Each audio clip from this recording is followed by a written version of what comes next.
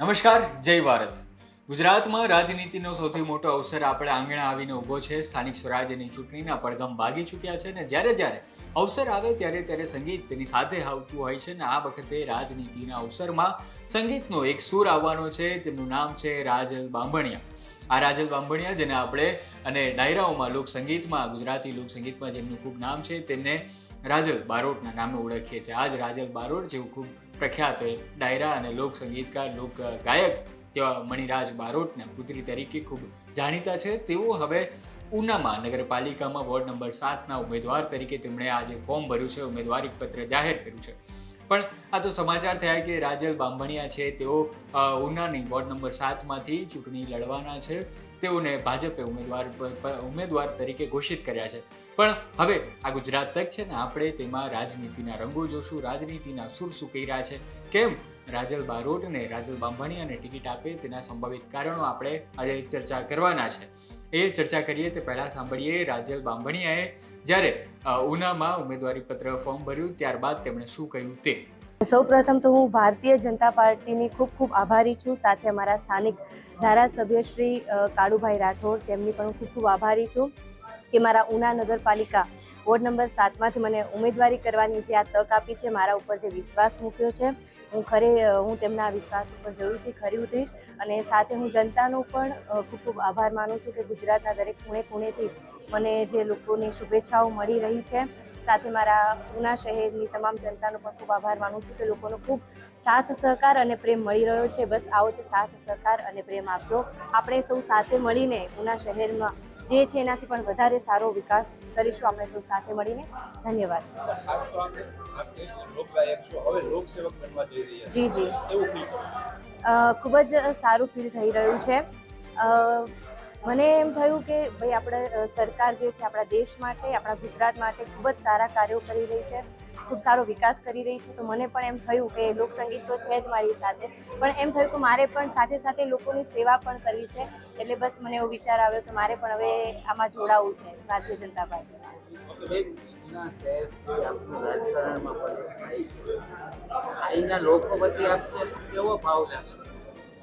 ખૂબ જ મેં કીધું કે ઉના શહેર એટલે મારા માટે તો મારું ઘર જ છે, મારું સાસરું છે. મને ખૂબ જ પ્રેમ અને સાથ સહકાર મળી રહ્યો છે ઉનાની જનતાનો પણ. બસ હું એમ જ કહું છું, આમને આમ જ મને આવો સાથ સહકાર અને પ્રેમ આપતા રહેજો. આપણે છે એનાથી પણ વધારે સારો વિકાસ સાથે મળીને કરીશું આપણા ઉના શહેરનો.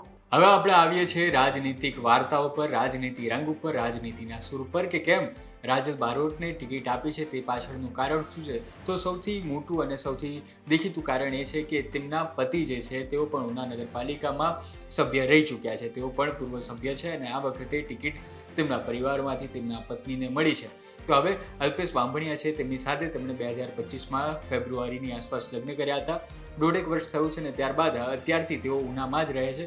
ઉનાની જનતા વચ્ચે જાણીતા છે અને ઉત્તર ગુજરાતથી ઉનામાં આવ્યા છે ને ખૂબ જાણીતા એવા પરિવારમાંથી આવે છે. આ પરિવાર પોલિટિકલી ખૂબ એક્ટિવ છે, તેમનું ખૂબ વધારે મોટું નામ છે. કોળી સમાજમાં તેમનું ખૂબ વધારે વર્ચસ્વ છે અને તેઓ જે સીટ પરથી લડવાના છે તે પણ ઓબીસી સીટ જ છે. અને હવે આપણે આવીએ કે કોળી સમાજમાં જે પરિવારનું ખૂબ મોટું નામ છે તે બાંભણિયા પરિવારમાં જ પરસોત્તમ સોલંકીના દીકરી તેવા દીપાબેન પણ આ બાંભણિયા પરિવારમાં જ તેમનું લગ્ન થયા છે. અને તેઓ ઉનામાં આયે દિન આવા સેવાના કાર્યો કરતા હોય છે, સમાજ સેવાના કાર્ય કરતા હોય છે, જેના કારણે બાંભણિયા પરિવાર ખૂબ વધારે એક્ટિવ છે, લોકચાહના મેળવે છે. સાથે સાથે તેમણે ખૂબ વધારે આભાર માન્યો રાજલ બારોટે. પોતે તમે જે વક્તવ્ય સાંભળ્યું તેવા ધારાસભ્ય કેસી રાઠોડના પણ તેમણે આભાર માન્યો છે. તો સંભવિત રીતે તેમનો પણ આમાં હાથ હોઈ શકે છે.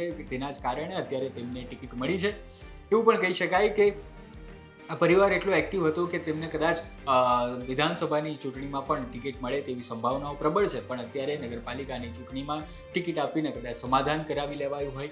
પણ આ તો વાતો છે અને રાજકીય વિશ્લેષકોની અંદર જે ચર્ચાઓ ચાલી રહી છે તે અમે તમને જણાવી. ટૂંકમાં રાજલ બારોટ, રાજલ બાંભણિયા જે પરિવારમાંથી આવે છે, જ્યાં તેમના લગ્ન થયા છે, તેઓ પોલિટિકલી ખૂબ એક્ટિવ છે, સમાજ સેવાના ખૂબ કાર્યો કરે છે અને ઉનામાં જે છે તે તેમનું નામ ખૂબ મોટું છે, તેના જ કારણે તેમને સમાજનો એક સપોર્ટ મળ્યો છે, સાથે સાથે તેમની અલગ પોતાની લોકચાહનાઓ પણ છે, અને સાથે સાથે તેમના જે પોલિટિકલી જે સપોર્ટ મળ્યો છે તેના કારણે અત્યારે તેમને નગરપાલિકાની ઉમેદવારી માટેની ટિકિટ ભાજપે આપી છે, અને સંભવિત રીતે તેઓ ખૂબ વધારે જંગી માર્જિનથી જીતે તેવી સંભાવનાઓ પણ ખૂબ પ્રબળ છે.